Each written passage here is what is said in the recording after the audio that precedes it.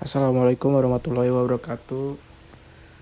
Di sini saya Fari Pambudi dari Pendidikan Vokasional Teknik Mesin ingin mempresentasikan tentang energi efisiensi dan renewable energy dari mata kuliah energi terbarukan. Langsung saja di sini poin-poin pokok pembahasannya. Yang pertama ada energi storage teknologi. Yang kedua ada principal form of stored energy, application of energy storage, specification energy storage device, specifying fully direct electric storage, electrochemical energy storage, mechanical energy storage, thermochemical energy storage, dan yang terakhir itu ada advanced transmission. Di energi storage teknologi itu intisari teknologi penyimpanan, yaitu penyimpanan energi akan memainkan peran penting dalam masa depan energi dan efisiensi yang terbarukan. Jauh lebih baik daripada yang terjadi dalam ekonomi energi berbasis fosil saat ini. Ada dua alasan utama yang menyimpan energi dan akan semakin penting dengan meningkatkan pengembangan energi terbarukan. Banyak sumber energi terbarukan yang penting bersifat intermittent dan dihasilkan saat cuaca menentukan, bukan saat permintaan energi menentukan.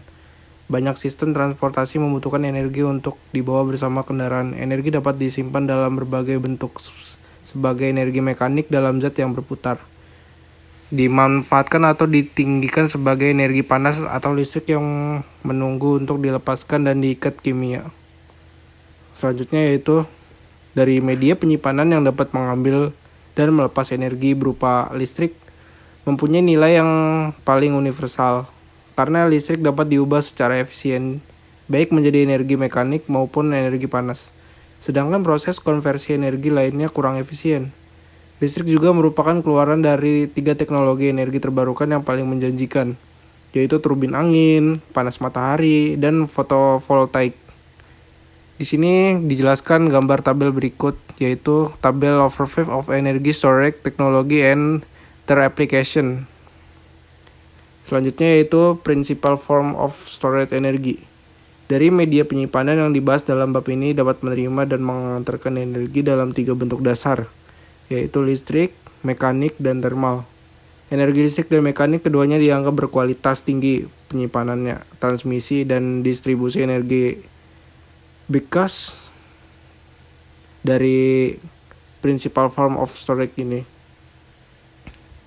Kemudian yaitu di mana T adalah suhu mutlak panas dan T2 adalah suhu mutlak lingkungan sekitar dari rumus samping kanan ini. Setiap fasilitas penyimpanan energi harus dipilih secara hati-hati untuk menerima dan menghasilkan bentuk energi yang konsisten dengan sumber energi atau aplikasi air. Teknologi penyimpanan dan menerima dan atau menghasilkan panas harus sebagai suatu peraturan hanya digunakan dengan sumber energi panas atau dengan aplikasi panas. Application of energy storage. Pembentukan utilitas adalah penggunaan perangkat penyimpanan berkapasitas sangat besar untuk menjawab permintaan dari listrik. Ketika sumber daya terbarukan ini menghasilkan pembangkit yang cukup, contohnya adalah pengiriman energi pada malam hari dihasilkan oleh pembangkit panas matahari pada hari sebelumnya. Kualitas daya adalah penggunaan perangkat penyimpanan yang sangat responsif, mampu melakukan perubahan besar dan keluaran selama rentang waktu yang sangat singkat.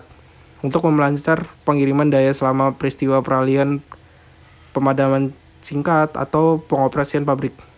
Aplikasi kualitas daya dapat diimplementasikan di generator pusat di lokasi switchgear dan di fasilitas pelanggan komersial dan industri.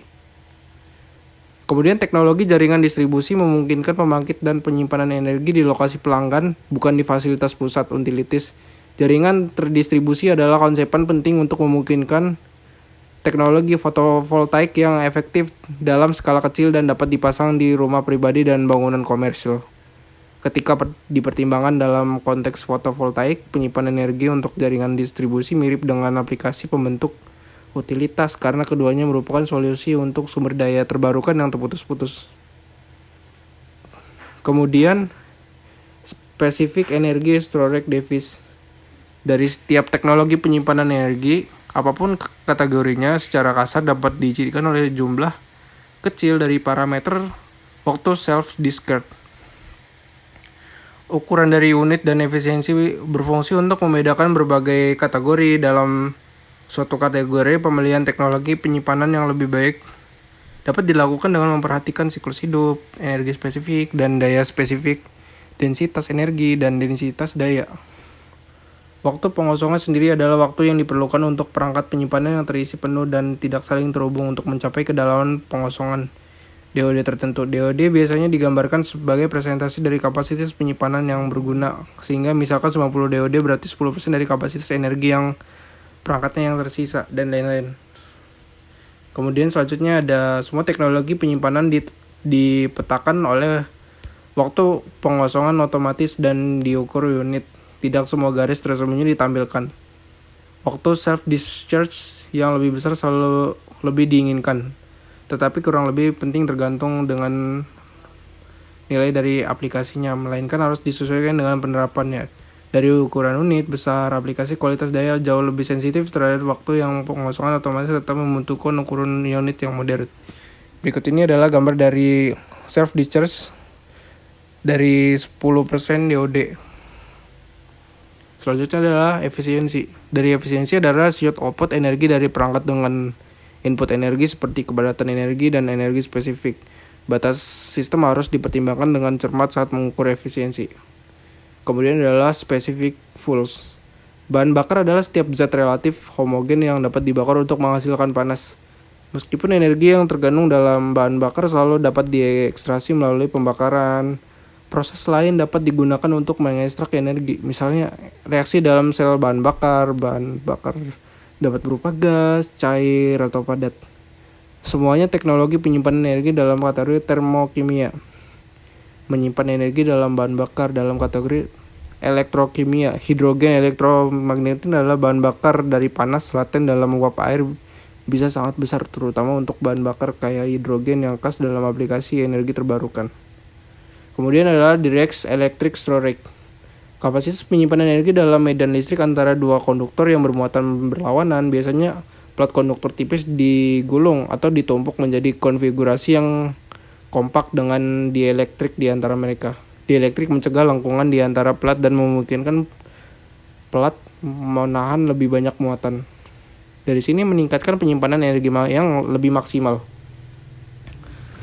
Terus ada elektrolit pada urutan hanya beberapa angstrom, bukan dielektrik. Ini meningkatkan kepadatan energi perangkat. Energi dari elektrolit dapat dibuat dari bahan organik atau cair. Desain berairan beroperasi pada rentang suhu yang lebih besar, tetapi memiliki kepadatan energi yang lebih kecil daripada desain dari organik itu sendiri. Kemudian adalah elektrosemisal energi storage. Skema baterai sekunder umum. Arah migrasi elektron dan ion yang ditujukan adalah untuk pelepasan, sehingga elektroda positif adalah katoda dan elektroda negatif adalah anoda.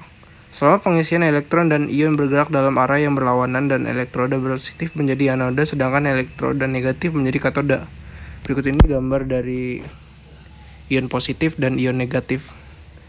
Bisa dilihat sendiri, ion positif itu di sebelah kiri dan ion negatif itu di sebelah kanan dari elektrolitnya, dari air elektrolit itu sendiri. Terus kemudian ada advanced concepts in transmission and distribution. Dari pengenalan di sini, kemakmuran global bergantung pada energi yang efisien dan terjangkau. Tanpa perubahan besar dalam cara sistem energi dirancang dan dibangun dan diperoleh, dunia akan menginvestasikan triliunan dolar dalam infrastruktur listrik konvensional selama 20 tahun ke depan untuk memenuhi pertumbuhan yang diharapkan. 32,33 sistem kelistrikan masa depan akan menghubungkan teknologi informasi dengan cara yang revolusioner. Sama seperti teknologi informasi telah mengubah aspek bisnis lainnya karena pada dasarnya bit lebih murah daripada besi.